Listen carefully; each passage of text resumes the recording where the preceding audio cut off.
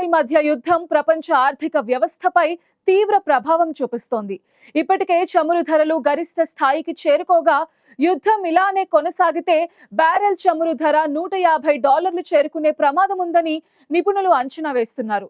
మరోవైపు ప్రపంచ చమురు రవాణాకు కేంద్రంగా ఉన్న హోర్ముజ్ జలసంధిని మూసివేస్తామని ఇరాన్ హెచ్చరిస్తోంది. ఒకవేళ ఇదే జరిగితే ప్రపంచ వ్యాప్తంగా చమురు సరఫరా నిలిచిపోయే ప్రమాదం కూడా ఉంది. దీంతో ఇప్పుడు ఇరాన్ తీసుకునే నిర్ణయం కీలకంగా మారింది.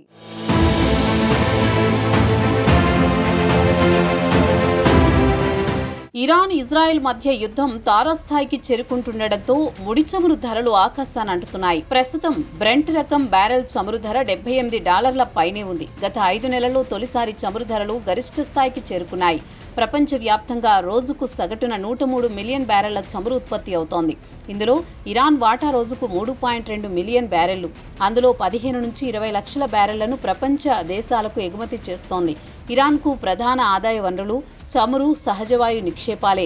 అమెరికా, రష్యా తర్వాత ప్రపంచంలోనే 3వ అతిపెద్ద సహజవాయు ఉత్పత్తిదారుగా ఇరాన్ ఉంది. ఇరాన్ రోజుకు సగటున 275 బిలియన్ క్యూబిక్ మీటర్ల సహజవాయువును ఉత్పత్తి చేస్తుంది. తాజాగా ఇజ్రాయెల్ ఇరాన్లో చమురు కేంద్రాలే లక్ష్యంగా దాడులు చేస్తోంది. మొదటిగా అణు కేంద్రాలపై దాడులు చేసిన ఐడిఎఫ్ ఇప్పుడు చమురు కేంద్రాలను టార్గెట్ చేసుకుంది. అందులో భాగంగానే ఇరాన్లోని సౌత్ పార్స్ గ్యాస్ ఫీల్డ్పై దాడి చేసింది. ప్రపంచంలోని అతిపెద్ద సహజవాయు రిజర్వ్గా సౌత్ ఫార్స్ గ్యాస్ ఫీల్డ్ ఉంది. ఇజ్రాయెల్ దాడి కారణంగా 12 మిలియన్ క్యూబిక్ మీటర్ల మేర గ్యాస్ ఉత్పత్తి ఆగిపోయింది.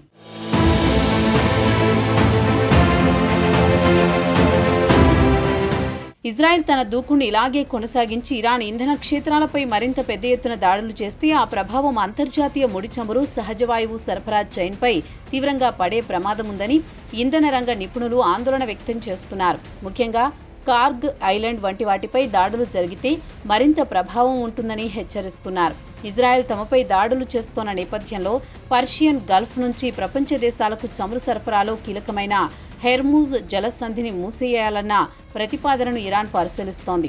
అది జరిగినా లేక ఈ ప్రాంతంలో అమెరికాకు మిత్రుడైన సౌదీ అరేబియా చమురు క్షేత్రాలపై ఇరాన్ దాడులకు దిగినా బ్యారెల్ చమురు ధర $120 నుంచి $150లకు చేరే ప్రమాదం ఉందని నిపుణులు ఇప్పటికే హెచ్చరిస్తున్నారు. ప్రస్తుతం ధరతో పోలిస్తే ఇది 103% ఎక్కువ. అయితే ప్రపంచ చమురు సరఫరాకు అత్యంత కీలకమైన హెర్ముజ్ జలసంధిని మూసేసే ప్రతిపాదనను పరిశీలిస్తున్నామని ఇరాన్ పార్లమెంటు సభ్యుడు, IRGC senior commander Sardar Ismail Kowsari తాజాగా తెలిపారు. అదే జరిగితే చమురు ధరలు చుక్కలనంటే ప్రమాదం ఉంది.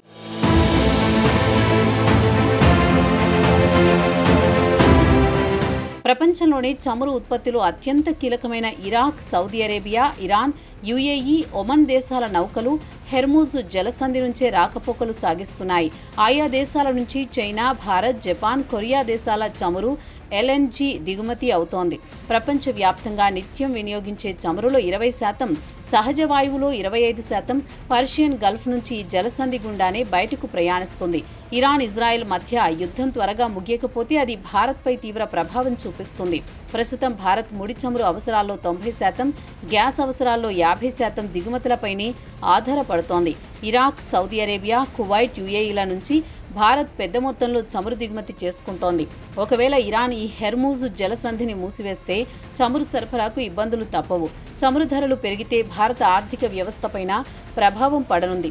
చమురు ధరలు పెరిగితే ఆయిల్ కంపెనీలు పెట్రోల్, డీజిల్ ధరలు భారీగా పెంచుతాయి. చమురు ధరల పెరుగుదలతో ఫైనల్గా ద్రవ్యోల్బణం పెరిగి ద్రవ్య లోటు కట్టుతప్పి జీడీపీ వృద్ధి రేటు మసకబారే ప్రమాదం ఉంది. ఆర్బీఐ వడ్డీ రేట్ల కోతలకు స్వస్తి చెప్పి ద్రవ్యోల్బణాన్ని కట్టడి చేసేందుకు మళ్లీ వడ్డీ రేట్ల పెంపునకు దిగే అవకాశం ఉంది. ఫలితంగా ఈ ప్రభావం సామాన్య ప్రజలపై పడనుందని విశ్లేషకులు చెబుతున్నారు.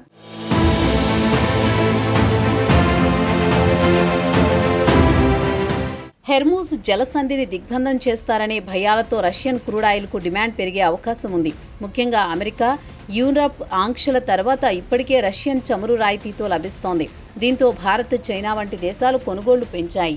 ఈ పరిస్థితి ప్రపంచ ఇంధన మార్కెట్లను ప్రభావితం చేస్తుంది. ఇరాన్ ఇలాగే హెర్ముజ్ జలసంధి గుండా సరఫరాను నిలిపివేస్తామని ఇరాన్ భయాలు సృష్టిస్తే గల్ఫేతర చమురు సరఫరాదారులకు ప్రయోజనం చేకూరుతుందనే వాదనలున్నాయి. మరోవైపు ఇరాన్ కూడా తన చమురును ఎక్కువగా హెర్మూజ్ జలసంధి ద్వారానే ఎగుమతి చేస్తుంది. దీన్ని అడ్డుకోవడం వల్ల సొంత ఆర్థిక వ్యవస్థ కుదేలవుతుంది. యుఎస్ నేవీ 5వ ఫ్లీట్ యూకే, ఫ్రెంచ్ మిత్రదేశాలతో కలిసి ఆ జలమార్గంలో గస్తీ నిర్వహిస్తుంది. దీన్ని పూర్తిగా నిలిపివేస్తే పాశ్చాత్య దేశాల సైనిక జోక్యం పెరుగుతుందనే వాదనలున్నాయి. ఇదిలా ఉండగా ఇరాన్, ఇజ్రాయెల్ మధ్య పెరుగుతున్న ఉద్రిక్తతలతో ఎగుమతిదారులు ఆందోళన వ్యక్తం చేస్తున్నారు. గత ఏడాది హౌతీల దాడులతో ఎర్ర సముద్ర మార్గం మూసివేశారు.